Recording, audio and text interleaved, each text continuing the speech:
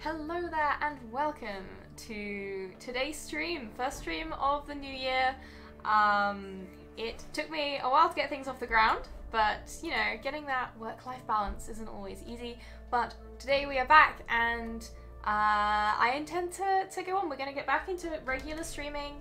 I have been working on a lot of new stuff lately and new styles, new additions to styles, tweaks, working on different things. And I'm very excited to get back into streaming all of that with you lovely people.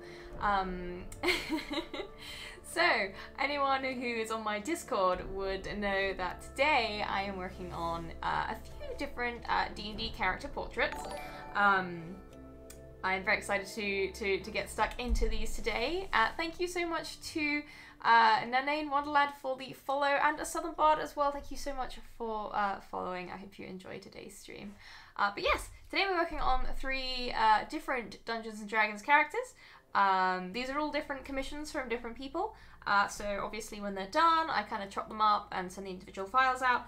But because it's easier than jumping between lots of different Photoshop files, for now, we're all working on them on one canvas, so you can kind of see how I go along with it. Hey, Solipsistic Kitty, welcome. Yes, it really has been a while.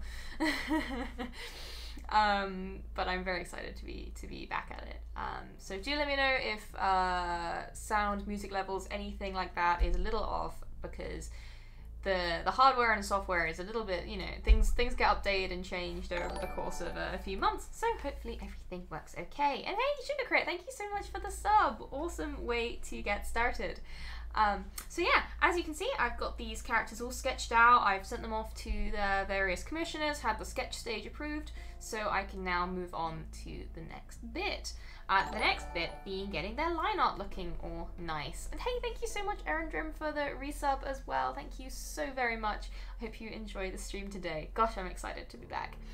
Alright, so yeah, we have, in order, left to right, we have an Eladrin, Winter Eladrin.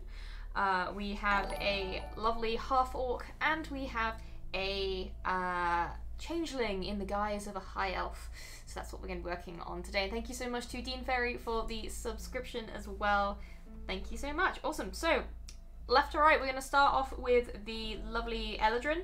As you can see, the way I tend to work on these things is I like to do the details of, as you can see, the line art around the face is done.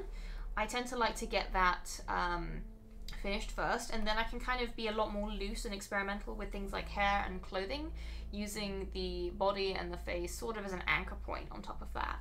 So that's why the face has kind of been neatly marked out first, because it means I can go wild and have fun with hairstyles. But since that's done, the next thing to do is to give the sketchy parts of the artwork the same treatment. So we're going to start by doing some nice line art on this character here. I've kept these two layers separate, as you can see. So what we're going to do, we're just going to reduce the opacity of the sketch layer, and we are going to, I'm going to keep two different layers. As you can see, I'm a terrible person, I've not named anything. But it's fine. Everything's fine. Hey, level 1 hype train, awesome. Thank you so much, everyone. It's such a good way to get back into it. But yes, for these commissions, I actually don't use the standard brush set. I quite like the line art to have a slightly, almost more pencil sketch-like quality to it. So I've been using the dry media brushes, which come with Photoshop as a standard. I quite like the very first one for line art, the Kai Engel Ultimate Pencil Hard. So I tend to have that one selected, and I usually go for like a dark grey, again like graphite, when it comes to doing this line art. And I always make sure that my layers are set to multiply for line art. I'll show you why later when we get to colouring. Hey, Tilly17! Yeah, I know, my hair's grown quite fast. I re-dyed it last week, but the red has it was a lot more vibrant last week, but the red is fun. Alright, let's get started. So I'm going to usually start with the fringe kind of area of the hair, and I'm going to bump my brush size up to a 15. Hey, Bakura Zarafa, thank you so much. I've been a lot braver with my hair recently. I kind of enjoy colouring it. It's really fun. My plan is actually to be super brave in summer and try bleaching the whole lot, trying to get to like a pale silver grey, because I can. Why not do it if you can, you know? But yeah, so I tend to like to kind of work with long, fluid strokes when it comes to lining in hair like this. Often lines will be made up of lots of small, kind of hairier ones. That's why I tend to describe my line art style as very hairy, rather than it being nice and neat. It took me a long time to kind of find any confidence with my line art, because I don't have the neatest line art in the world compared to a lot of artists that gave me significant line art envy. And I kind of learned that that's okay. Line art doesn't have to be super neat. It just has to be what you enjoy, really. Oh, thank you so much. Teal is a great color as well. I nearly went teal. The only reason I didn't is red was easier to do without bleaching my hair too far the first time. Red's like the easy option. Exactly, yeah. And I don't have the courage to bleach it myself. I definitely get someone professional who knows what they're doing, rather than make a mess of it. Alright, just get these side strands coming down there. You can kind of see the tip of the other ear just poking out the other side. Ooh, sugar crit. No, please do. Absolutely. Feel free to shoot me an email along. I'm actually quite quiet right now when it comes to kind of like bigger contract projects for things like streams and stuff. So do feel free to shoot me an email. That'd be totally fine. Right, now we're just going to kind of carry on through these long arcs. Long kind of arcs and arches can be really hard to line smoothly. That's why I often do these long kind of broad strokes. And half the time I will be like Control-Z getting rid of stuff as I do it. And sometimes it can take like 3 or 4 attempts to get the right line, but it's worth it.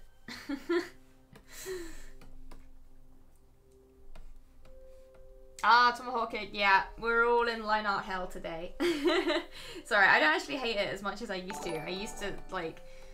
Actually, no, when I was a lot younger, I would prefer line art to coloring, because coloring was way scarier for me. Let's kind of see how it's looking without sketch. Lovely.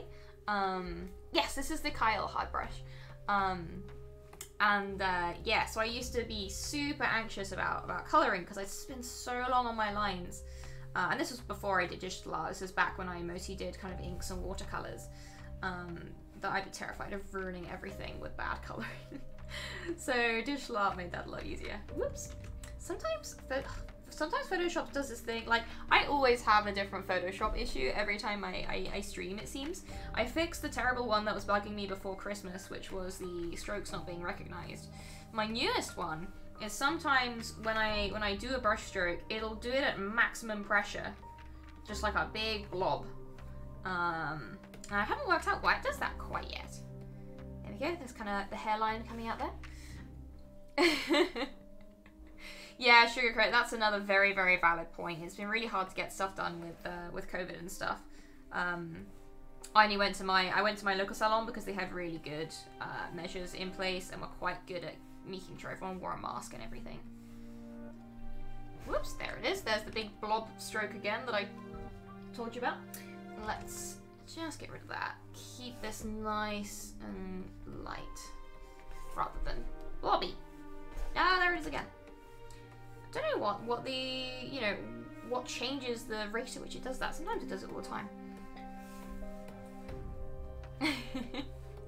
Orange Juice God, that's also a very good way to kind of handle it, right? Like, you find a way that works for you.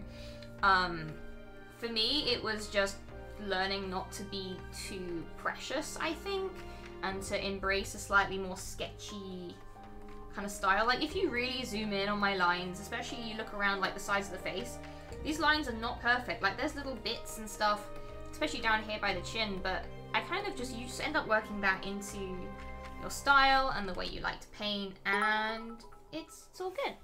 Hey, Veramisi, thank you so much. That's very, very kind for the bit. Thank you so very much. And thank you to Professor as well for the follow. I hope you enjoy the stream. So you can kind of see a little bit of the hair escaping the updo at the back there, but the majority of the hair is gathered in this big high ponytail. So we're gonna work that in next. And Jealous Lucis, welcome. Good evening to you as well. Ah, Tilly17. See, here's the rub. I don't have a sister, so I never got to do that wonderful activity. And my brother's never had his hair long, so he was never bothered. So it's clearly the cheat code. But yes, just lots of little short, sharp strokes where it's come out. You don't need to draw every hair strand. That's kind of like the easiest way to go completely mad. As long as you kind of suggest the shape of the hair and put in a few kind of like suggestions of where the hair is bunching up, usually where it's getting closer to a hairband or something, that will kind of create the illusion that you've got all of these many strands of hair.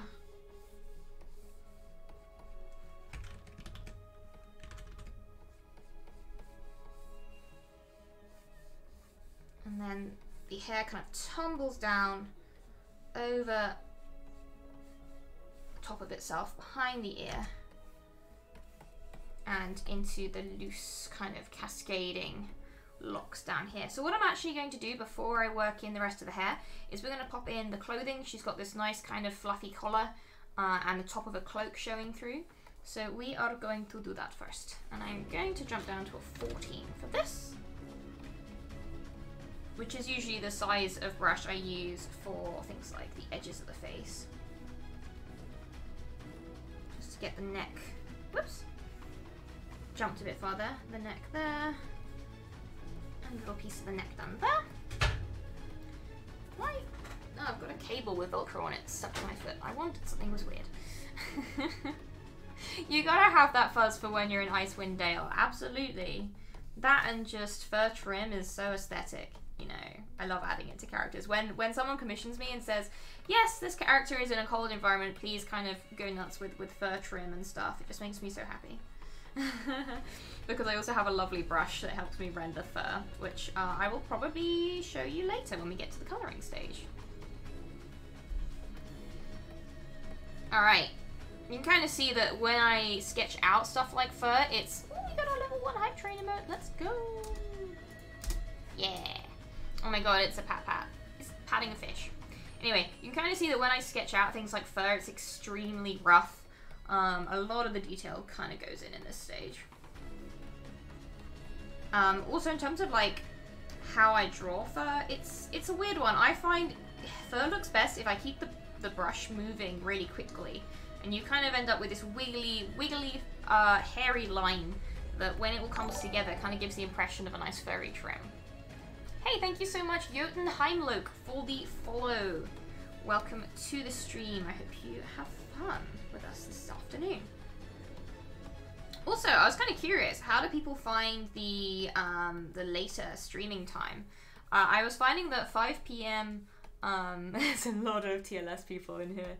Hey, shout out to all of my wonderful Giovanni, the Last Supper friends, everyone else who is not familiar with this.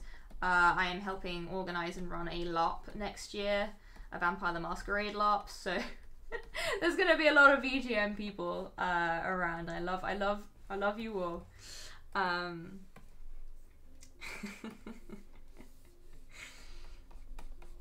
Alright, that's that collar looking nice, wonderful. So we've kind of got a nice furry collar there. Let's just work our way down, do this, we've got some simple buttons here. Boop, boop, boop. Boop, boop, boop. And then just going to do a sort of braided cord there, which I do with like these little S shapes, and then I go over the edges so you can kind of see. I do little S shapes where the tops and bottoms connect, like so, and then I just draw over the edges to kind of make it look like a nice fluid kind of cord there. And then just the edges of the furry trim again in there. Lovely. And then we can go ahead, add in a few kind of fabric creases. You're going to get natural kind of folds and bunching when you have collars like this. And then finally, we will line in the cloak. Oh, I should go crit. Yeah, so, I mean, most of you at this point know that I'm quite into LARP. LARP is super fun. And yeah, a lot of the last couple of months has been organizing and getting ready for the vampire shenanigans. And I'm very excited to show you some updates of the costume I am sewing. Well, costumes plural, as I am playing several different characters since I am one of the organisers. I'll be playing a few different characters. But it means a lot of very fun Renaissance costume making, and yeah, I'm definitely going to put some photos and progress stuff up on my Patreon for people who fancy following along and checking it out. Hey, Aimless Wanderings, welcome! Lovely to have you here. Oh, it's so nice seeing everyone back again. I felt really bad that it took me a while to get back into the streaming, but it's definitely been a good few weeks to kind of get a hold on the whole work-life balance and get good and healthy and not stressing about stuff. So awesome. So that is all of the line art now done for the shoulders and kind of the clothing she is wearing, which means we can go ahead and finish the hair that's kind of flowing down. Yeah, so Sugar Crit, there are quite a few that I have been uploading to Instagram and Twitter and Discord, and those I indeed will be creating those characters, the full costumes, to wear for 4 days, a beautiful English country manor. It's very exciting.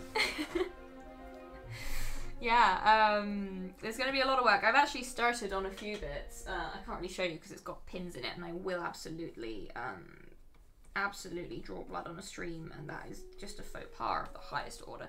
But I will definitely upload some pictures soon. Get these long strands of the ponytail coming down. How are my D&D games going? Yeah, so lots is happening into my life of the tabletop role-playing game variety. I'm potentially going to be playing a bit more 5e soon. Had a bit of a break from it. Everyone gets super busy over Christmas and in January as they, you know, greet the new year and new stuff, new obligations. But I'm hoping to play in some 5e one-shots soon. I'm also, as you probably won't be surprised to hear, doing a lot of vampire VTM stuff at the moment. Doing some Dark Ages games, which is super fun. I think you might have seen a few of the characters from that over the last few weeks I've uploaded to Instagram and Twitter.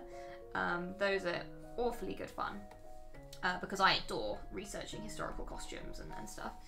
But yeah, it's been very good.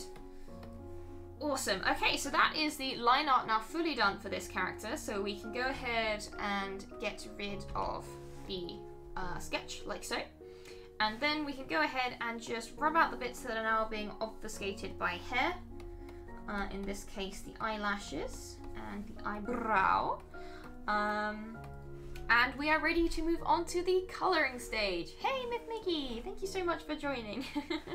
And thank you for the follow as well, and to Redmond Barons for the sub. Thank you so much. I love you all very, very much. Dragon Mage 0127, that's a very, very good question. In terms of entry-level tablets, a lot of artists will tell you different things. I started with the Wacom Intuos 4 Small, which I got when I was about, golly, how old was I? I must have been about 15, I think. And that was a fantastic tablet to start out with, and it stayed with me for a really long time. I had it throughout university. It came to uni with me. And I really liked that one because, I mean, at the time, Wacom was basically the one big reliable tablet brand. Now there are a lot more to choose from. There's Huon and Xpen, which I hear are way more reliable than they used to be. Yeah, so I mean, I had a very good experience with the Wacom Intuos range. You don't need to start with a big one or a screen tablet. A lot of people, yeah, Dean Ferry, exactly. A lot of people use iPads. I do have an iPad that I use occasionally for drawing. I don't do it very often because the user experience for me is very different to using a Wacom tablet, and that's what I trained with, that's what I'm used to. But yeah, if you can test out these different options. I used to go into the Apple shop in the city centre and just mess with their tablets to see how I found them. They probably realised I wasn't going to buy anything, but I did like to try them out. But I do highly recommend the Wacom Intuos range for a starting tablet. But yeah, like I say, if you can test stuff out, that's a great way to do it. I went straight into Photoshop because my school had some copies of, I think it was like Photoshop 2 or something. It was a really old software. But there are also tons of really good free programs out there like Clip Studio Paint. I hear wonderful things about. Krita Paint Tool Sai was one that I also started with, a good one to play with. Let me just double check a few details about this character before I move on to the colouring stage. I'm pretty sure this character has a lovely kind of pale blue wintry skin, so that's what we're going to be vibing with. We can also now go ahead and merge these two layers together, so we have one single layer for line art, and then we can get on with colouring. So we are going to start with a nice kind of pale blue and work from there, I think. We are going to up the pen pressure to make sure on the right brush first. For colouring, I always use the hard round pressure brush, which is fourth one down in the general brushes tab. Really handy. I love this brush for almost everything.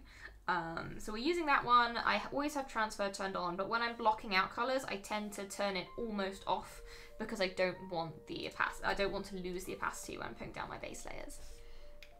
Everything is blue. Yeah, this character is a lot. I hope you like blue because you're about to see a lot of it. Oh, I also need to make sure my flow is turned up. I don't know why it always resets that. I think it's to do with me picking the pencil brushes. I love this shade of Periwinkle Blue. I might end up tweaking it. It might end up a bit lighter at the end, but it doesn't matter too much when you're setting out your starting colours. Yeah, I don't know what Clip Studio Paint is like on iPad. The only thing I really use on iPad is, like you say, Dune Ferry is Procreate, which is very easy to learn. I think it's quite good when you're starting out sketching. For me, one of the hardest things when I started was you almost have to learn to sketch again. It's very hard to describe. Sketching in pencil is very, very different to sketching digitally.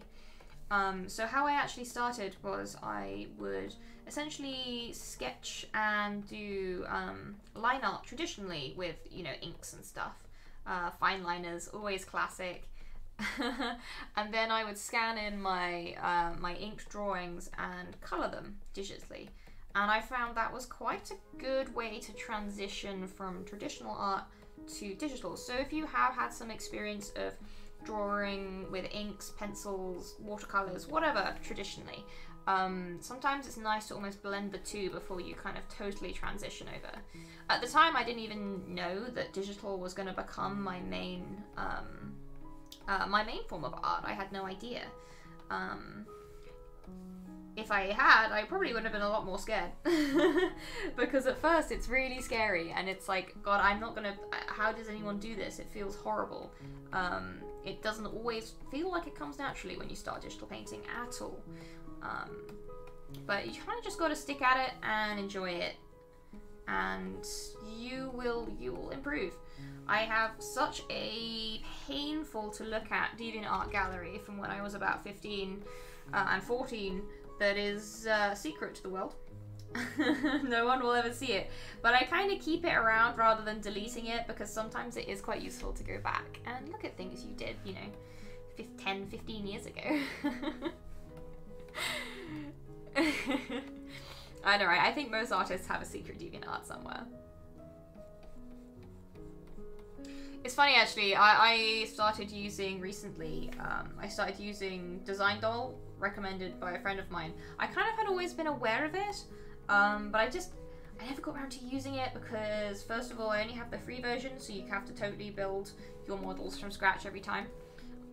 But that's actually been really useful for posing, and then I import the images into Photoshop to reference for paintings. It can be a lot better than trying to search endlessly for the right photo reference. It's been very useful lately. And I swear it's not just because my friend is trying to convince me to have a secret not safe for work art account. Which might happen eventually, but no promises. I have two DeviantArt accounts. One of them, I don't mind if people find it, it's fine. I think I actually have the same handle. I think it's the same as my Tumblr handle, which is Red Talon. But my DeviantArt account before that will remain secret. Nearly as secret as my fanfiction account, actually. That's also very secret. Ooh, bit of blue over here at the ear just to pop in. There we go. Wonderful. Okay, so let's go ahead and fill all of that in. Then we need to just go around the edges, tidying up these nasty little white marks that it leaves behind.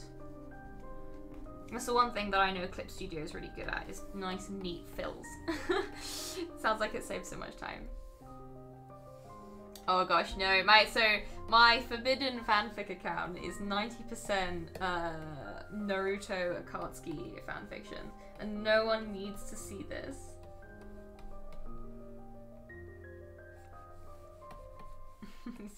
It's a secret forever. Oh dear. I was into Naruto hard when I was about 14. But hey, if you want to see snippets from my writing, I am currently in the process of writing a lot of the character briefs for this lot that we're putting on next year. And I'm not going to tell you exactly what the word counts are, but they're pretty intense. My friend has done the most fantastic historical background research for all these different areas of Europe, and I've basically been writing them up in flowery prose. I really enjoy writing, actually. I used to do a lot of fiction writing, so it's really nice to do it for something like LARP. It's a good avenue for it. No, don't do the blob thing, Photoshop. There we go. Okay, cool. So, with the skin color now fully fleshed in, we can move on to the next stage. The next stage being adding the adding the shading and the color to the face that brings it to life, really.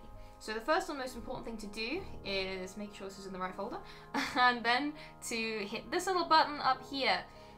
This is the alpha lock, and what that means is I can scribble wherever I want, and it won't go outside the lines of the area I've kind of designated as the filled area. Can you call yourself a modern artist if you haven't written at least one /fic? You know, I'm not sure if you can. Oh, for the blossoms, it looks clean now. It might not later. Anyway, the next thing I do is I like to add a sort of blush across the character's cheeks. Now, even though this character is a winter Eladrin, it still helps to have some variation in the tone of the face. So what I'm going to do is, usually for blush you want to move towards warm rosy colours. So I'm gently going to push this towards purples, then take a colour that is slightly more saturated and slightly darker. Make sure my pen pressure has gone back to the minimum so I get that nice blending brush. Then I start with what I call the Animal Crossing shape, which is a sort of triangle / diamond kite shape that kind of covers the character's nose, kind of like an Animal Crossing character. And then I go ahead, really crank up the brush size to about 350, 400, zoom out a little bit, and I basically really gently brush on almost kind of like a raccoon eye mask area, which covers the upper cheeks, the eyes, and the nose. And once that's in, I go ahead and I drop sort of in between the pale skin color and the blush, and then with a smaller brush, I will gently blend these colors together so it's not such a harsh kind of tonal variation on the face. And this is the same blending method I use for my intense kind of painterly style paintings, which is a lot more, which is basically the very time-consuming style that I also do. But that one requires a lot more mental preparation for. But it's exactly the same blending style. Whenever I'm blending colors, I'm just constantly eyedropping the areas where they're overlapping each other, and then using that to blend them together and make them nice and soft. But yeah, so that's kind of like putting a nice blush across the cheeks. It looks quite like it's standing out right now, but it'll soon blend into the rest of the face. Oh, feather bosoms. Yeah, that's how a lot of my big finish pieces tend to end up looking like. A million layers and none of them have names, and it's like, where are the freckles? What layer are the freckles on? And then you panic. Alright, so what I'm gonna do now is I'm gonna put back this little diamond highlight on the tip of the nose. It's kind of like a stylistic thing, I guess. It's kind of become part of my portrait painting style. Then we're going to go ahead and start adding some proper shading. Now, starting from the blush tone, because often with these shadows, you are once again going to be tending towards warm, rosier colors. I use kind of purples and pinks as shading a lot. We're going to go ahead and select a color that is both darker and more saturated. Then, once again, with a large brush, I tend to start with large brushes rather than getting too hung up on details. Whoops, Photoshop is going to make a mess for me. Thank you, Photoshop. That's what I needed. We are going to start by adding shadow in the inner corners of the eyes. I quite like this as a place to start because it's one of the most dramatically dark portions of the face by the time you've worked in your shadows. And I'll often carry the shadow over on the top brow, and then smaller brush, I will use it to mark out the shape of the eyelids. Just kind of going around the face, ringing around the eye, and often I fill in the eye as well, just to kind of keep that whole area a little bit darker. Wonderful. And once that's done, we can take the same shading color. We can go ahead and apply it to the nose. Hey, thank you so much, Rowan BA. Thank you so very much for the sub gift. That is very, very kind of you. Thank you. I hope Spectrafay, you enjoy your sub. Which, speaking of which, if anyone has subbed today or has received a sub as a gift, you now should have access to our Discord server. Let me just pop in a link for you. We have a little cozy community for chatting about art, tabletop, and gaming, and it's just a very chill place to hang out. So if that sounds like your kind of thing, all subscribers can now access that. Alright, so we've added this shadow beneath the nose. That's all well and good and lovely. But we've got a few other places we need to shade. I tend to like to put a little bit in the corners of the mouth where they kind of dimple into the face. I tend to do this harsher if a character is smiling because you can kind of see where it presses into the face. And then do the same sort of thing under the bottom lip. We'll have a little shadow in there.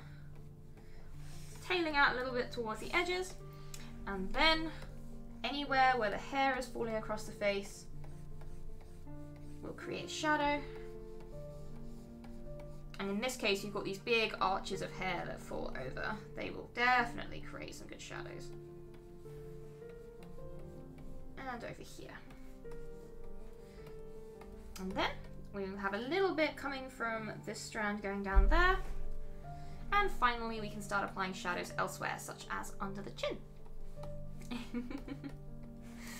At this point, I've lost count of how many Discord servers I am in. I manage quite a lot.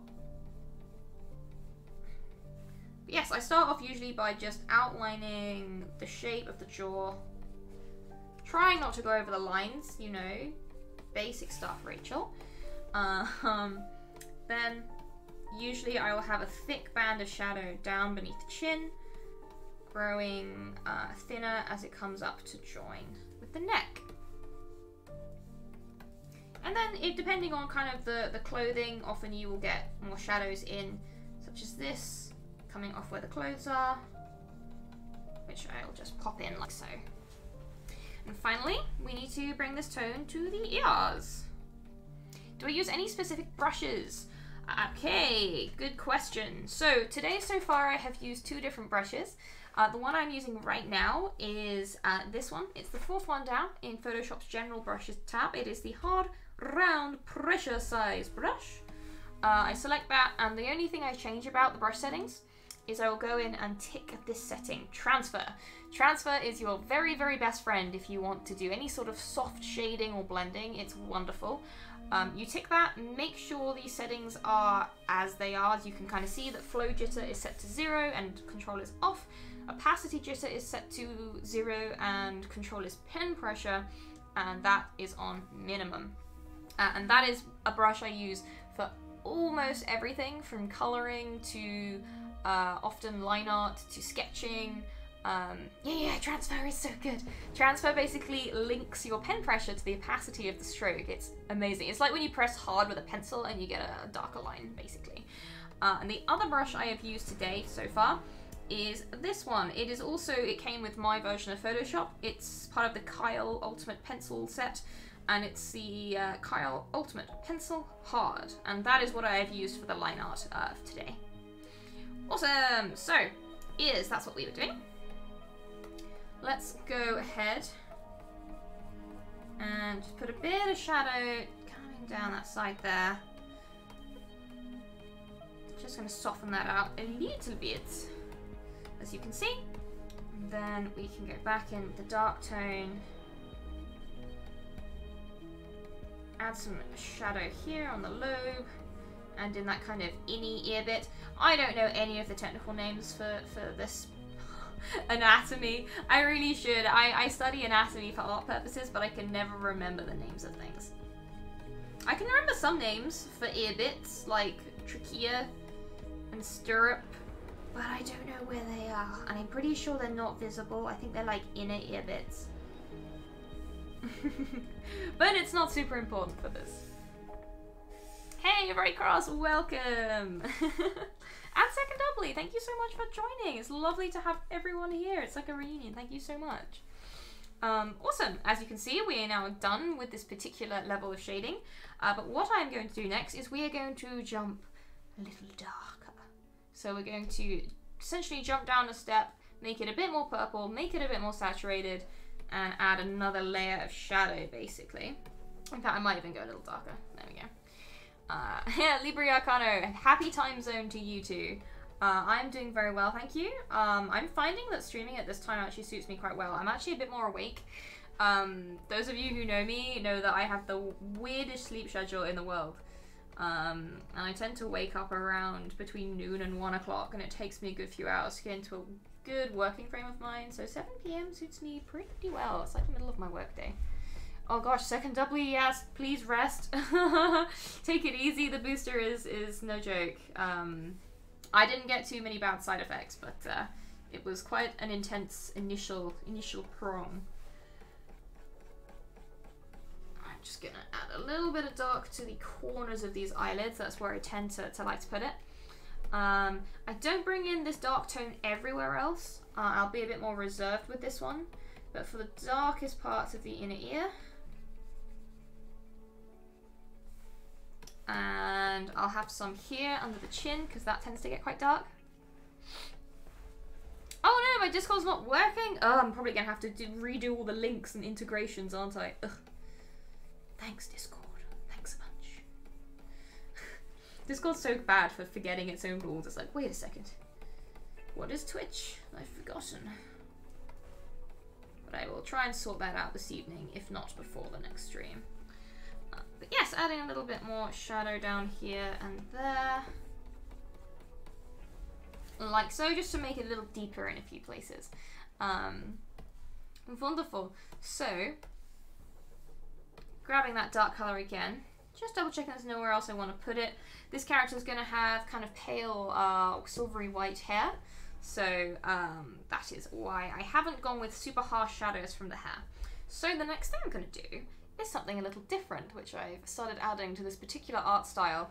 I'm not gonna lie, I was definitely inspired a lot by Arcane. Has some lovely design and art and textural stuff they do, especially with the rendering of faces.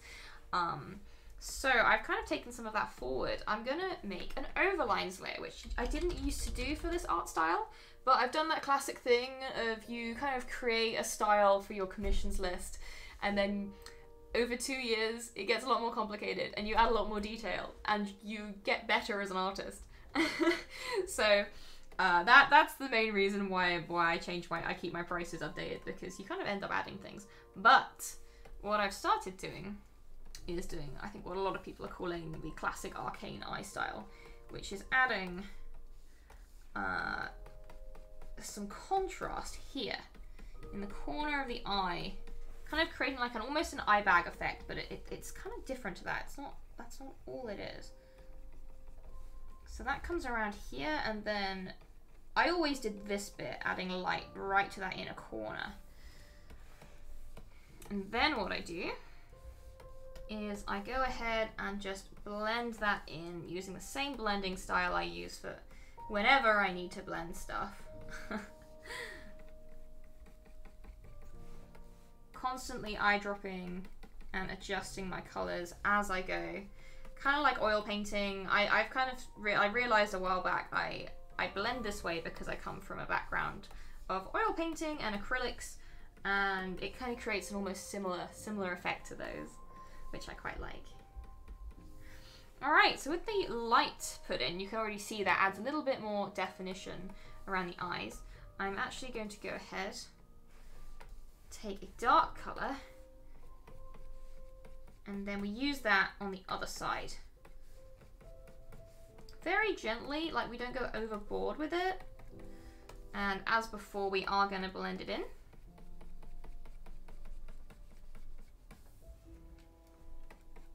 But I find it helps add quite a nice dimension to the face and the style. And only takes me about 5 to 10 minutes to add in. Just a little thing I've been playing with and enjoy. I like trying out new things, so I definitely borrowed this one from Arcane. But yeah, I find it adds a little extra dimension to the face, and I add a little bit more. You're going to take that light color again. The beauty of the overlines there is it really lets you kind of build on your texture. I will add a line of light along the bottom eyelid, and this really helps add some 3 dimensions to the eyes. As you can see, it kind of really helps them kind of pop like that. So cool. Yeah, we are almost done with the eyes. I need to do the lips, however. So I think this character doesn't have particularly overly made up lips. So what I'm going to do, if I don't have a character wearing a lot of makeup, I will tend to reuse other colors for things like lips. So I'm going to grab a blue that I've already used elsewhere. And I'm going to start with this. Using this to basically fill in the top lip. And a tip that I have for coloring lips is the top lip, under kind of neutral lighting, your top lip is almost always darker than your bottom lip. I can't really see in my camera if that's the case right now, but I have light coming straight at me, so that's probably not going to hold true. But so I'm going to use that colour for the top lip and then the blush colour for the bottom lip, because the other thing about lips is they usually have more blood flow close to the surface, which is why if you run your teeth over your lips, it can kind of help fake. It makes it look like you kind of put colour on your lips, when actually you haven't. Alright, cool. And with that as a base, we can then go ahead and add some shading. Again, this was something I didn't used to do when I first started this style, but now I do because I like it. Always adding more. Feature creep, that's what we call it. So we add a little bit of shading on that one, and I tend to use the colour of the top lip to actually shade the bottom. And that helps prevent against adding in way too many colours. One of the things that you'll often find with painting is you kind of want to keep a nice harmonious palette. If you're constantly adding brand new colours into the piece, it can start to look a bit kind of disjointed and overwhelming quite quickly. So if you can reuse colours, do. Wonderful. And the last thing to do with these lips is to add a nice bright shine. So what I'm going to do, I'm going to take a nice bright colour, starting with the edge closest to the light and to the viewer. Just going to add a little streak of reflection to really make those lips look nice and juicy. Oh, wonderful. So yeah, at this point we have almost finished the skin layer. A few things I like to do. One of them I don't always do because it doesn't work for every character. I like to sometimes add a line of highlight down the front of the nose. In this case, I think I'll keep it because I kind of like it. And then we need to do her eyes. Now, for this style, I keep eyes fairly simple. I usually start with a very pale off green. Don't ask me why this works. I don't know, well, I should know proper color theory. I did study it. I've completely forgotten it. So there's probably a scientific explanation as to why I like off green for the sclera of eyeballs. Now, if anyone can tell me why I like that, why it pleases my lizard brain, that'd be great. But all I know is I like it, so I use it. So with the whites of the eyes blocked in, I'm just going to go ahead and quickly fill in those dark fleshy corners, which is what I'm now calling them. And then adding a little bit of shadow around the edges, just where the eyelid itself is kind of, the brow is kind of casting shadow down on the eyes. Yeah, exactly, Dean Farius. Like, there are reasons for these things. My brain just doesn't know them. Alright, and let me just check. She has these really cool frosty blue eyes, which are going to be a lot of fun. So, we're actually gonna play on that slightly more turquoisey blue, I think, starting with an almost slate base color. This will get a lot lighter as we kind of work on the eyes. I'm gonna go ahead and just fill in the iris, like so, and the other one, without going outside the lines and doing it untidily. There we go. Wonderful. And once that's done, the next thing I tend to do is to add a pupil. However, this character has rather cool, creepy eyes that don't, I think, have a harsh black pupil. They're much more kind of wintry and spooky. So what I'm going to do instead is I'm going to go ahead and add some shadow, which I would usually do. And then we are immediately going to just do the rest in the overlines layer. This is our starting point. So what I'm going to do now, I'm actually going to paint over the line art for these edges. This is going to be the first step into making the eyes look kind of spooky and ethereal, if they don't have a harsh kind of bounding outer line art line. Wonderful. Next, I am going to just gonna chase back a little bit of the shadow, and then we're gonna start thinking about how we're gonna do these eyes. Hey, Featherisms, I'm so happy you like it. Like, oh, transfer is the best. It's my favorite setting. So what we're gonna do is I'm gonna do what I call the Demon Slayer eye style, which is when you have a large highlight right in the center of the pupil. So rather than have a dark pupil, rather than have a very dark kind of black pupil, I'm going to start with grey. And that's our starting point. Just going to blend that into the surrounding areas a little. There we go. Then we can go ahead and start putting the brightness of the colour in. So we're going to grab that nice light icy blue and start working that into the lower part of the eyes. Hey Rebel Star Reader! Welcome back and thank you so much for the sub. I hope you are doing well. It is lovely to see you here again. It has been a long time. I'm just gonna blend in this nice kind of cold blue. And then we're gonna go ahead and do the same on the other side.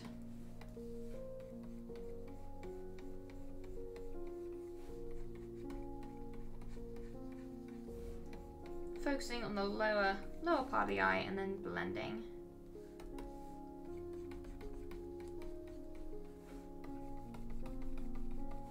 Like so. Wonderful. Cool. So with that done, we can go ahead and do the fun thing, which is I'm going to take a very, very light blue and a slightly bigger brush. Exciting. I'm so happy you're enjoying it so far. Awesome. And yeah, Winter Eladrin are gorgeous and aesthetic. We're gonna go ahead and this is why I call it the Demon Slayer method. If you look at a lot of the character designs for Demon Slayer, they have this very hard, I think Tanjiro does, this hard white in the center of the pupil. And yeah, it's a good vibe.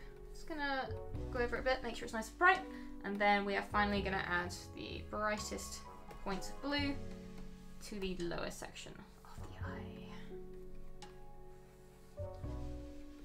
eye. Sugar Crit, I will have a look at that. It might be my end. Usually it's just Discord being weird. I've had it a few times, people couldn't get in and then they tried again and they could. It's just very unreliable. But yeah, I like to add like a very bright ring around that pupil. And there we go. The final thing is to grab an almost white, like so, and add a nice shiny reflection to make those eyes really come out. And thank you so much for the reminder, Amotlo. Let's go ahead and save before we lose everything we've done today, because I think that's the first time we saved. Wonderful. So, with eyes done, the next thing to do is her hair, and she has wonderful silvery white hair. And as you probably know if you've watched my streams, painting silvery white hair is a lot of fun.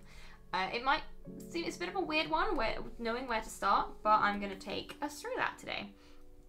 Starting with her eyebrows, we are going to make these a kind of pale grey, not too light to start with, as you can see. Just going to fill in just the rough area of the eyebrows to start with. And the fun thing about silver white hair is it involves a lot of line art recoloring, which I always enjoy doing. So yeah, what we're going to do next is we're going to grab a darker blue, and we are just going to use that with a new brush. This is the last of the 3 brushes I will be using today. The Recolor the Fur brushes set. This is one I custom downloaded for Photoshop. It's a wonderful brush set. It's fantastic for painting hair and fur textures. I recommend it. If you Google Recolor the Fur brushes, it should come up. That's how it came up the last time I checked. But it's the very first brush in that set that I like to use. It's called Fur Pointy End, and it is great for adding fluffy texture to things, which is exactly what we're doing now. And then going ahead into the overlines layer to add the lightness. Slightly smaller because we're, as I say, we're doing this on top of the lines, so it needs to be quite neat. And concentrating our lightest areas towards the top and the middle, like so. And finally, something that's quite important to do is recoloring the line art, which is something I mentioned earlier. We want to make sure we then alpha lock the line art. Grab a suitably pale color. Again, I often like to layer purple and pink on top of things. And then this is just going to really soften our lines. And I do this with a lot of the lines. I'm going to do it with almost all the hair very shortly, which you will see. Wonderful. So with that done, now we really can focus on the hair. The orc's hair, no, I believe the orc's hair is a nice kind of chestnut color. So we won't have 3 white-haired beauties today.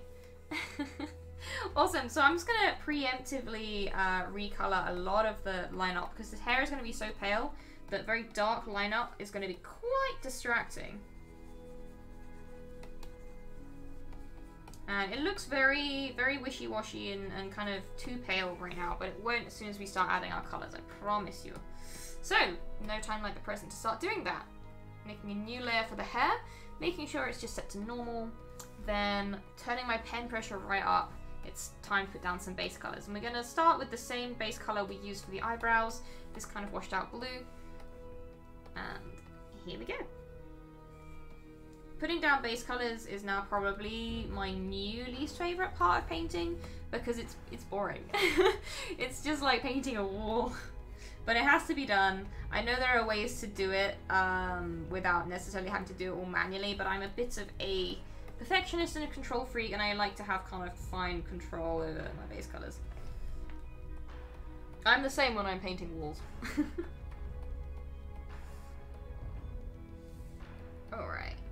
And it's fairly easy with hair like this. It's when you've got super curly hair that you have to spend a lot longer on base colors because you've got lots of little strands. But it makes up for it in the fact that I love painting curly hair. So that was it. Dark green hair on the orc.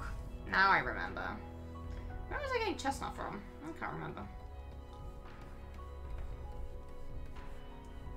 So yeah, just going to fill in these smaller strands while we're here. Often, if I do it a little bit messily, I will just go in with an eraser tool and neaten those up.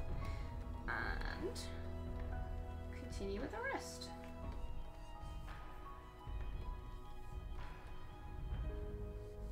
Just following around the curves. You can't do this quite as fluidly as you can do the line art, so that's another reason I think I enjoy it less. It has to be very controlled and measured. And I'm neither of those things. But the more carefully you do it, the better it looks in the end, so it is worth taking time over. As are most things. But I'm very excited to see what this character looks like all finished. Going around the bits of those fur now, keeping my touch very light so we can kind of get into those details and nooks and crannies. I'm just going to fill this bit in now while I'm here. Again, going around those edges, getting rid of that nasty white line before we continue on the other side. And the nice thing is we can just link this up and continue starting around the collar.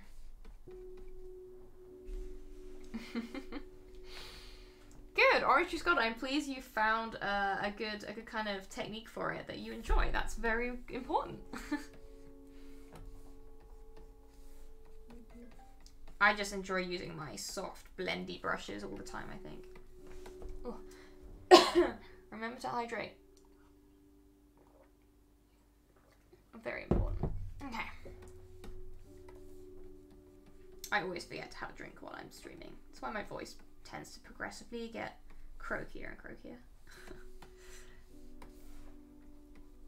Okay.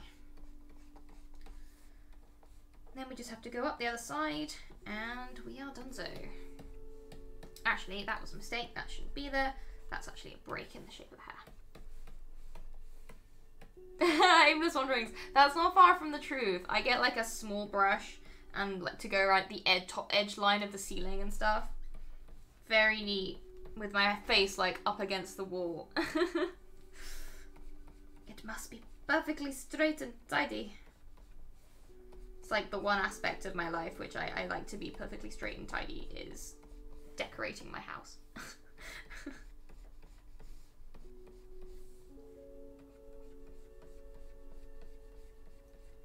I'm not sure, as you can probably see, my workroom is kind of a mess right now. I've got so much sewing stuff out. Working on so many projects at the same time. Also, hype, I kind of forgot to talk about this. Witch Queen out next week. I'm not ready. I haven't done any of the stuff. I've barely even done the 20th anniversary Bungie stuff. For those people in chat who care about Destiny 2. The big expansion comes out next week. And I am not going to have any time to play it. There we go. Yeah, very excited for it. I will find time to play it. I just need to allow myself to play video games and relax. I'm also currently playing Inscription. That's like my current video game indulgence, I suppose. I'm very much enjoying that. It's my favorite horror vibes. No jump scares, but really creepy ambience and puzzle solving. It's absolutely my favorite kind of atmosphere. Get them teeps! Yes, I'll never look at pliers the same way again. Alright, just fill in this little bit down here. There you go. And we are almost there, folks. And it's nice and neat because we did it carefully.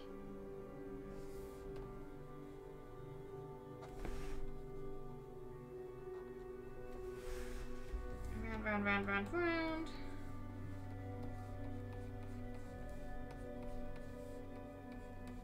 There we go. Cool. Wonderful. So now that's all filled in, let's start making it look like nice, light kind of silvery white hair.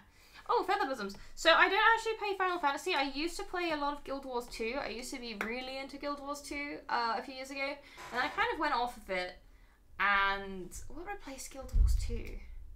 What is it I play too much of? Oh, Destiny, of course. Well, I mean, Destiny's kind of an MMO. It's not quite the same. It's not quite the same as like Final Fantasy and stuff.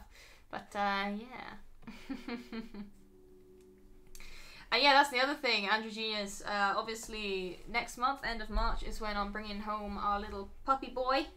He is so adorable and sweet, and I'm in love with him already. It's very dangerous. He's such a darling. Very excited. And it's going to be good times. I'm definitely going to make sure he appears on stream from time to time, if he wants to. Alright, so, usually when I paint white hair, I tend to go up through the spectrum from blue through purple, red, all the way to kind of straw like blonde on the highlights. I'm going to be a little bit more gentle with that today, purely because this is a winter Eladrin. I don't want her hair color to end up too warm. So I'm going to be a bit experimental with it and kind of do it gradually. So when I paint hair, I start by very roughly filling in areas I want light and areas I want dark. Usually the darkest areas are those against the head, so where it goes to the back of the neck, and things like the inside of a ponytail, that sort of thing. So, as we work our way up, the lightest areas get more and more concentrated towards the top of the head, like so. And I keep it very, very messy for now. I don't get too bogged down with colors or anything. I'm just gonna add a tiny bit of like pink because I quite like the contrast. But yeah, we end up with this very rough, blobby gradient, and that's how we want it. I will often do a little bit of light colors just coming in from the edges, just kind of like rim lighting. And then what I do is we stick on a big old blur to basically give ourselves a pretty gradient like this, and you get this lovely soft gradient in the hair. And once you have that, you are ready to start rendering it and get it looking all nice and pretty.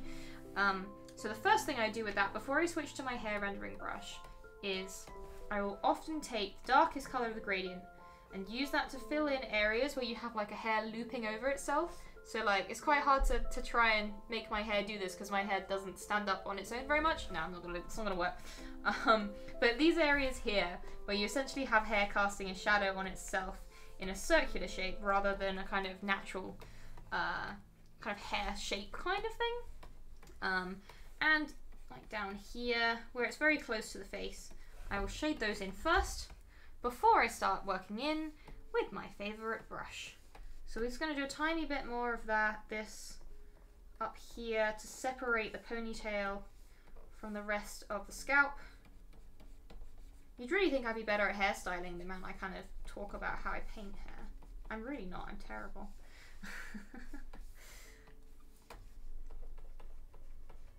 So once these two are separated out, we can start with the fun brush. And Feather Blossoms, thank you so much for the sub. That is incredibly kind of you. Thank you so very much. Cool. So let's switch to my hair rendering brush. This lovely brush here. I'm going to make it a bit bigger, and we're going to start from the parting. This is often where I get started. Kind of painting outwards from the center. As you can see, this brush creates a lovely shape as we render. And this is what's going to be putting in our shadows and getting our hair to look lovely, glossy and three-dimensional. I often come in from the sides as well, and it's kind of a case of keeping the middle hair, the part where it bends up to the light, the harshest, that's where you keep your light. Coming in from the edges, the places where it overlaps, all of these places are going to be much more in shadow. As so. And you can kind of leave off shadows and be a bit more gentle in these long stretches of smooth hair, because they are naturally going to be reflecting more light than the rest. And we'll do the left hand side first. I tend to kind of compartmentalize things, so I'm not working on the whole thing at once. Sorry about Discord, we will try and get that sorted out. If it doesn't want to play ball, I'll probably just try disconnecting and reconnecting things again. That's worked in the past. And fingers crossed. Alright, so that's that side. Now we can start working down the other side. And one of the reasons I love this brush so much is it just creates such a nice, silky, soft kind of effect. It's very, very nice.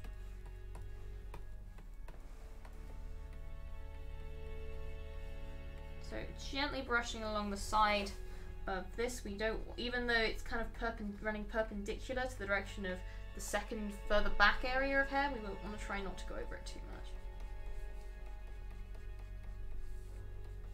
And as you can see, as we get closer to the darker parts of the gradient, our brush starts to disappear because this shadow is the same color that we actually have in the gradient. So we're going to need to kind of upgrade our shadows soon, make that darker so we can continue to get the same tones.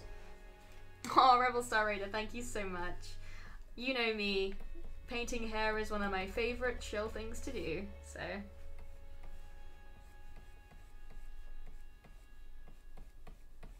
three of these lovely characters have gorgeous hair, actually, so thank you all for that very much. Wonderful, so we've done the top kind of crown. I'm going to work into the ponytail now. And we start with these little short, sharp strokes bursting outwards from the shadow of where it's kind of tucked into whatever hairband or hair tie that she is using.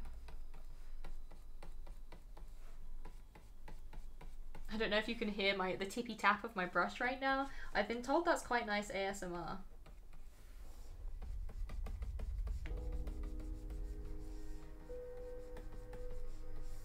Again, coming through from the back, just to add some extra lines in.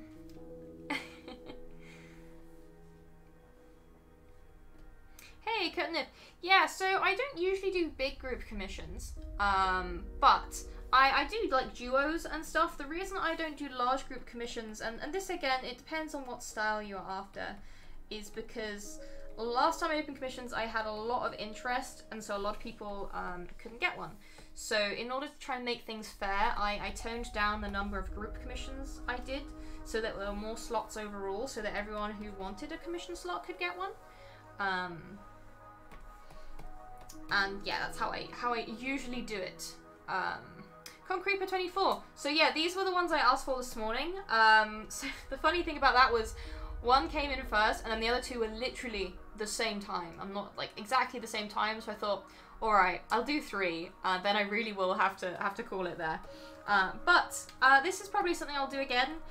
These kind of portraits I like to do between other bigger projects, or if I, for example, have an evening and I'm waiting for commissioners to get back to me about like feedback or something, they're very useful to work on because otherwise it's kind of like you're not employed for half a day if you don't have something to work on.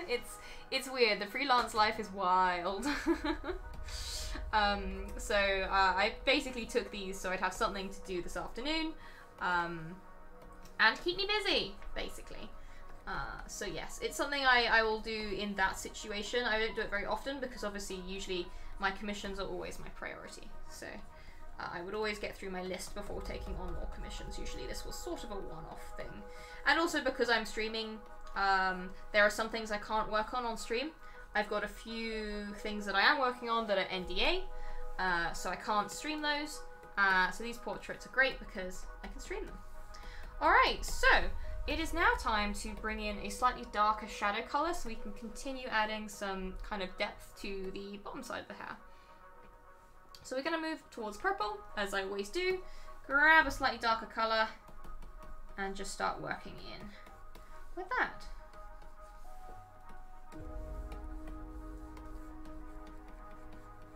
Like so. Gosh, these are lovely colours to work with. Thank you very much, Androgenius, for commissioning me this pretty character. Love wintry themes.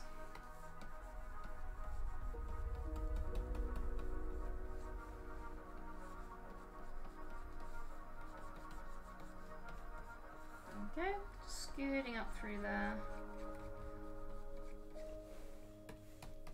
Awesome, cool. So we're almost there now. I'm gonna continue to add a bit more with this slightly darker purple. You were so quick. I'm pretty sure you were the first, actually. I think you were the super fast one.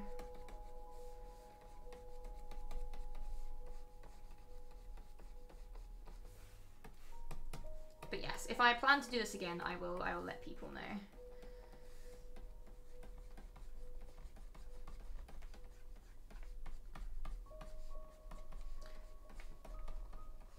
Alright, so a few more bits around these corners, and then we can start adding some highlights, which is the other fun bit that I love to do.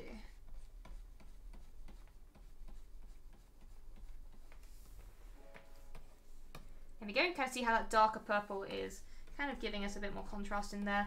I'm even going to make it a bit darker for these bits right next to the head, just so we have that real nice contrast in there, getting it nice and dark. But yeah, as a general rule, there we have the hair looking all cute and rendered. So the next thing to do, as I mentioned, is to add highlights. And to do that, I will start by grabbing the lightest part of the gradient, and then we will take this and apply it to areas that the light is going to be hitting. Obviously, it's already as light as it can be on the top of the character's head. So when we go back to there, we're going to have to grab a lighter color. But for other areas, we can use it as a highlight.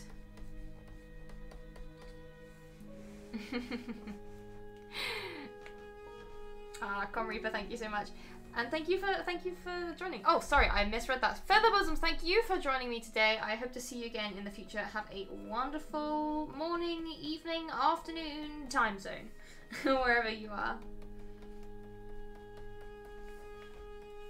I actually have decided I really like streaming at this time of day. I think my plan going forward to start with is to start streaming once a week to get back into the flow of things, depending on how I find that, because sometimes twice a week can be quite overwhelming.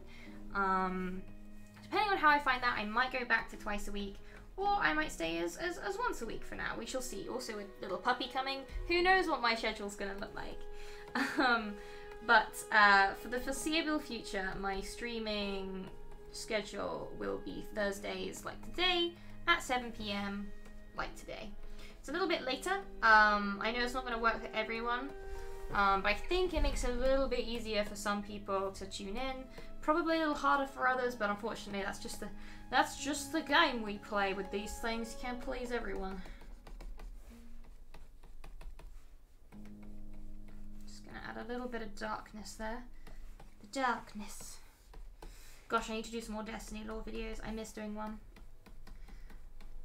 I really want to do one before Witch Queen comes out, but I highly doubt that will happen. I've got such a busy schedule. Alright, cool. So we've added some highlights to the main body of the hair. Next thing to do is to add some even brighter highlights, because you know it, we're not done with hair yet.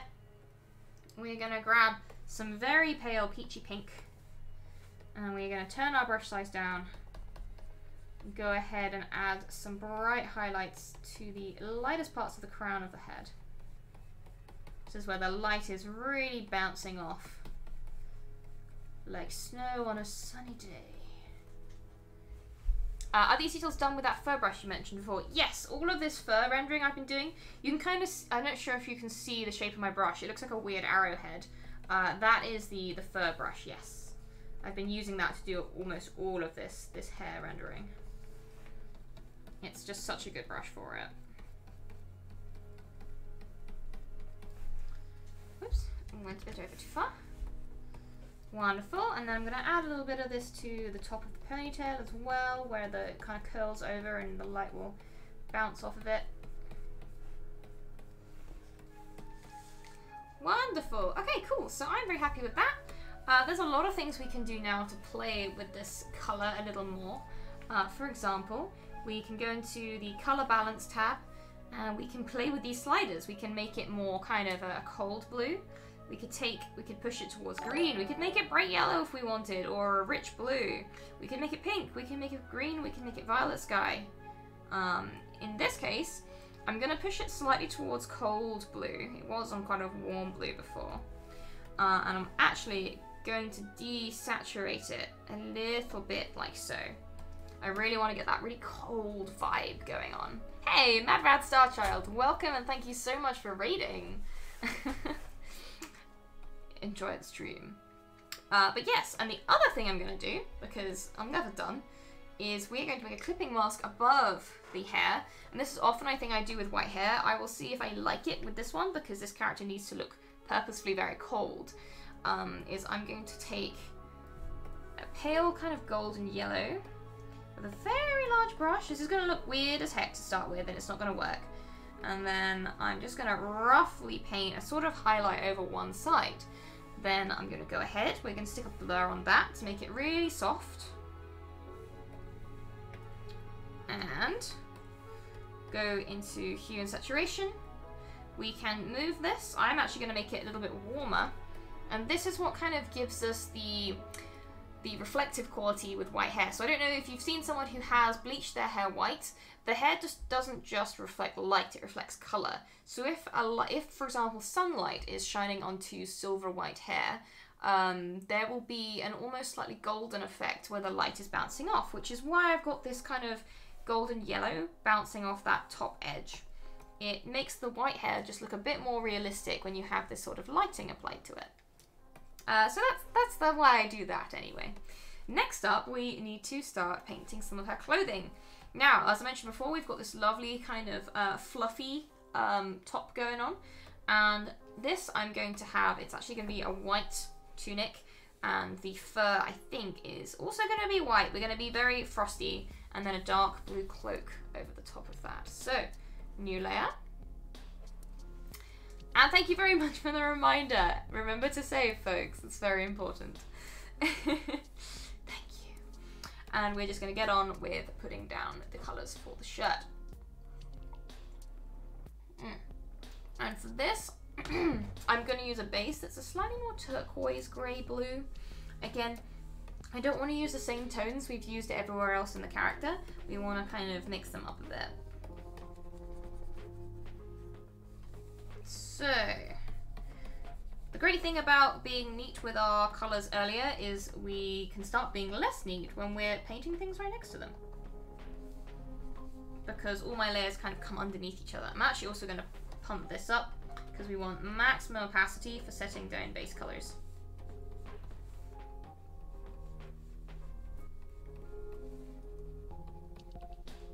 Lovely. Then we're going to go ahead, make sure actually that's sealed. Then fill it in and tidy up the white bits.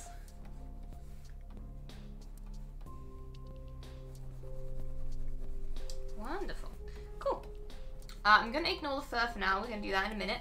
Then what I'm going to do, I'm going to mess with the colour. I'm going to turn the saturation white down so it's a more kind of pale grey.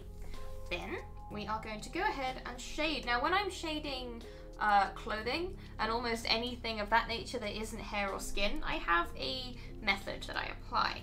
I'll make a layer above the colour, make sure it has the clipping mask turned on so I can't paint outside of the where I've kind of already designated. Then I will make sure it's set to multiply. Grab often it's a very pale greyish magenta, and then I fill in that entire layer, and in this case it's gone this sort of warm grey colour. Then what you want to do is make sure your brush is set to white. Have a really nice big brush and ensure your pen pressure on that transfer setting is right back down to 0%. Then you start brushing away the shadows.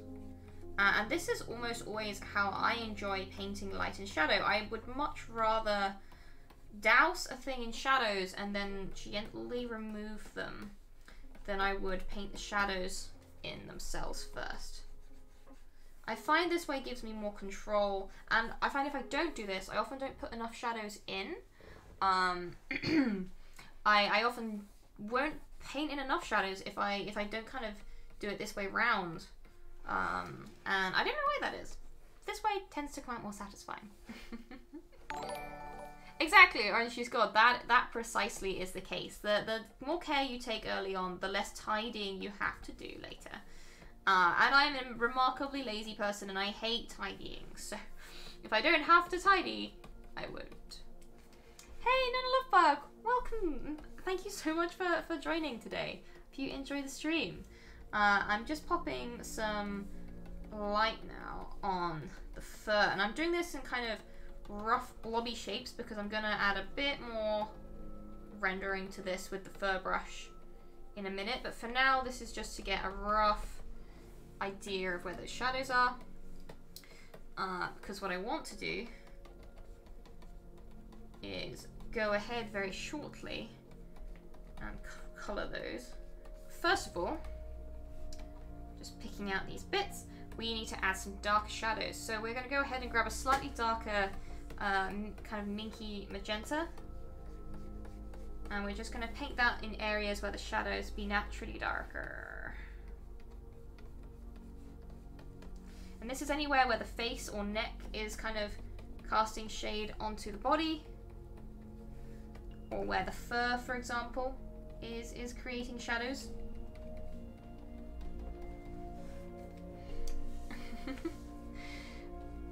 Awesome, Techboy, that's fantastic. It's always fantastic to get to the stage with your work when you start to feel that moment when it comes together, and it's the most satisfying thing.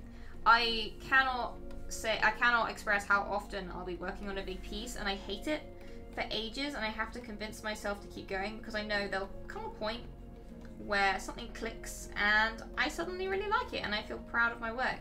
But it's kind of getting to that point that's the hard part, and if you can get through that and get to that point, then that's awesome and fantastic, and I'm proud of you. Awesome. Okay, so there is our deeper shadows there, looking good.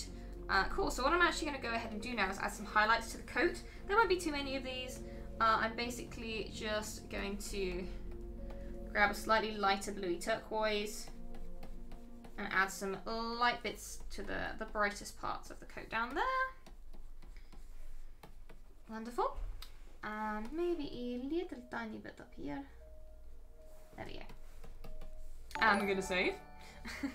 Thank you so much to TechPoy and Tatty's Ghost and NanoLoveBug for the follows. I hope you enjoyed the stream. Now for the next part. Now, as I decide how I want to render the fur, the first thing I need to do is something I did earlier, which is to recolor the lineup. Whenever I am dealing with very pale colors such as whites, pale grays, and cold snowy tones, I barely ever leave the line art dark because otherwise it's just too heavy.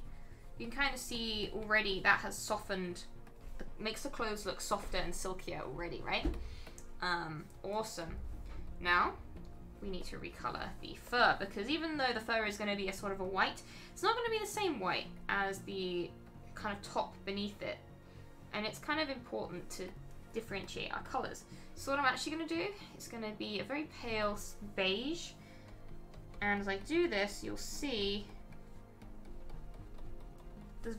it's a very subtle difference. The harsher difference will come when I do the highlights. There we go. And finally, I'm going to grab a very pale yellow. We're going to jump to that overlines layer, and I'm going to start adding some proper big highlights. And I start with a round brush, like so, almost adding them in like blobs. Like this. Really rough, doesn't need to be like super overly careful or anything. A little bit down here. Then we switch to my fur rendering brush, and we get stuck in. Basically getting this blended into the surrounding areas. And there's several ways to do this. I often do this with my classic blending style, which is switching between a bunch of different colors and slowly and surely building up a nice fluffy effect. If this was a fully rendered painterly piece, I would probably spend a bit longer doing this. This was meant to be a cel shaded piece, but as usual, I add way too much detail because it's fun, and I'm on stream, so I like to kind of show a variety of techniques if I can. But you can kind of see just through using this brush, you get this nice furry effect very quickly. Hey, TechBoy, that's awesome! I want to see you want to see this turtle mage. Not enough people paint turtles. Freaking love turtles.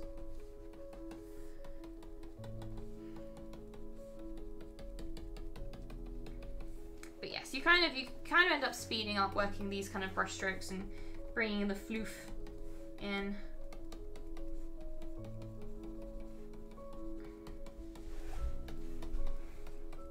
Doing the same up here.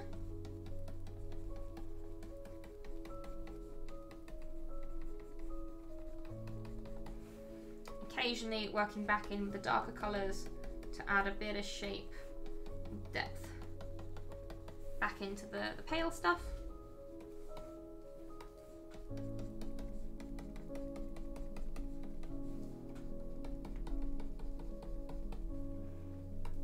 And then again, switching back over.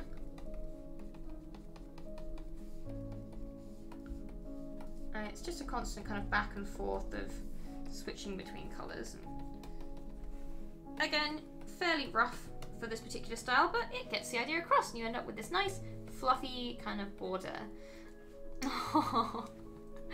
Little Bricklers, that's so adorable. Thank you for telling me. That just made my evening. I love the idea of a cat following my paintbrush. That's very, very cute. Oh, that's adorable. Alright, let's get these little details in, shall we? That's so cute. God. we're gonna have some silver buttons and some dark blue cord. So let's get cracking. Starting with a nice dark grey. Tech Boy, I will do that. I will follow your art station. And we'll have a look for it.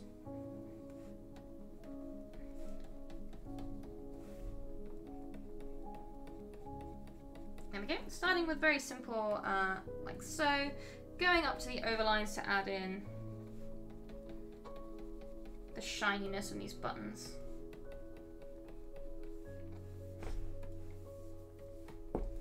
And once again, the detail in this piece has entirely got away from me. I have no self-control.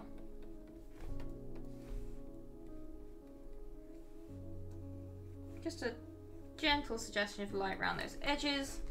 I really like the idea of nice bright chrome shiny buttons. Whoops, not when I mess them up though.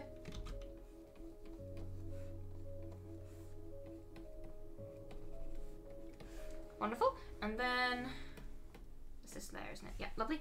We'll have some dark blue cord there, kind of holding this all closed. And finally, in a minute, we will do the actual cloak that she is wearing.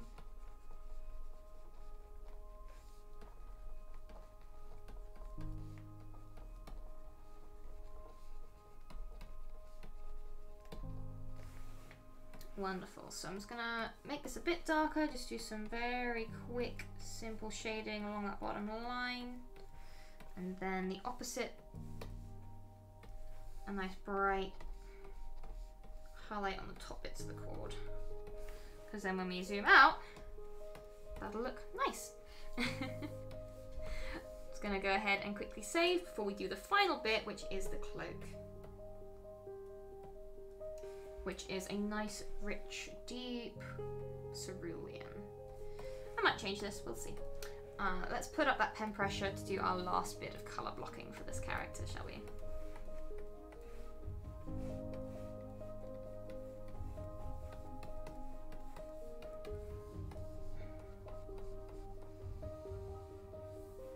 I'm just marking out kind of where the stop will be. And then going ahead over the top, linking that up, filling it in, and getting rid of those white marks.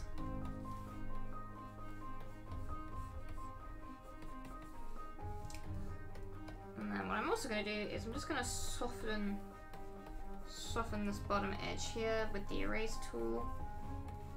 There we go. And the other thing is to just tidy up. You can kind of see where I've gone a bit outside my lines here. We do want to keep that tidy.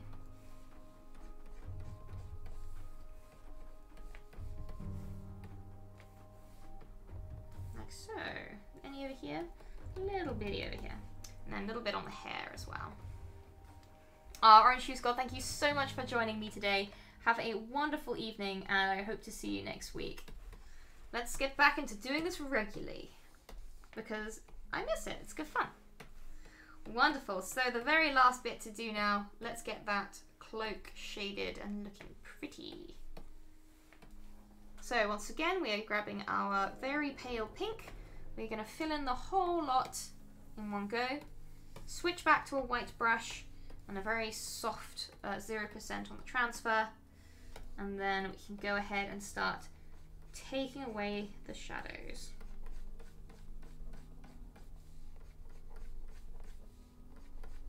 In fact, sometimes you can just have a massive brush for this. It's good fun.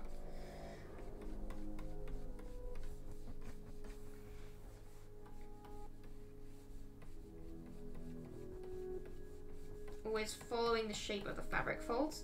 You never want to. You want to try and avoid going perpendicular to those if you can.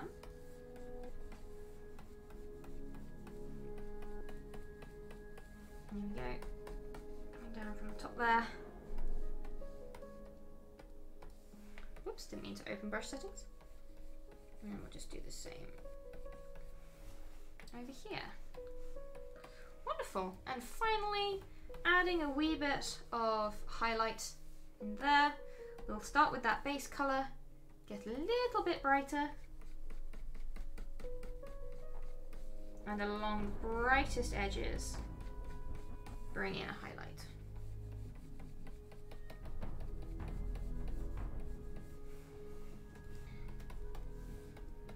And there she is. That is one of our 3 done. I am very, very pleased with her. I think she's really cute. I'm just going to do a few last minute tweaks. For example, I'm going to add a slightly darker line art colour going down this part of the face here. And that's about it. I'm very, very pleased with how she's turned out. Andrew Genius, if there are any other little changes you would like, please do not hesitate to ask for them.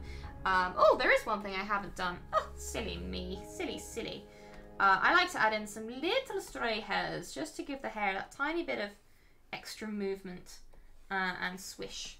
In this case, we're just going to keep it very simple with a couple there. And maybe we'll put in just a little dark one here and there. And this just gives the hair that last little bit of movement. It's just a tiny touch, but I feel it can make a nice little bit of difference. And there she is, Winter Eladrin. That was an awful lot of fun to paint. Thank you so much for commissioning me. So I'm going to make sure we are saved. I didn't know how much we were going to get through today. I kind of thought I might at least do some more of the other 2, but just so happens when you go into kind of depth going through the process, you end up taking a little bit longer. So it is 8:30, which is very much dinner time. So I am going to probably call it there for now. However, I will be working on these other 2 beautiful characters this evening. So those of you that commissioned them for me, you will receive them by the end of this week, is my intention, either tonight or tomorrow. But for now, thank you all so much for joining me on stream today. This was an absolutely wonderful first stream back. And I had a really nice time. Thank you all for turning up and being lovely as usual. I'm going to pop some links in chat. If you are new to my stream, the best place to follow me is on Twitter. It's where I kind of post most of my updates. It's like my main social channel. So do give that a follow. I also have an Instagram where I upload almost all my artwork as well. I also put miniature painting and costume making updates on there. So if either of those things interest you, consider checking that out. Next up, what comes after that? ArtStation! I have one of those. I actually even updated it recently, so if you want to see kind of just my portfolio in one place, my ArtStation is the best place to do that. Next up, the music you've heard on my stream tonight is by an artist called Kai Engel. It's really nice, relaxing ambient music that I highly recommend. It's great for streaming and just general chilling out, so do check that out. And last but not least, my Patreon. I have a Patreon. If you like the work that I do and would like to throw a little more support my way, doing so on Patreon is the best way to do so. It helps massively, and I appreciate every single last one of my patrons very much. And there's a variety of nice little bonuses and things you can get from signing up. So do please consider that. But for now, I think that is more or less everything for this evening. It has been absolutely fantastic first stream back. My plan is to stream again next week on Thursday at the same time, that is 7 PM GMT. And until then, I hope you all have a fantastic weekend and week ahead. Stay safe. There's a big storm hitting us here in the UK and coast of Europe tomorrow, so please stay safe everyone. And see you all very soon. Goodbye for now.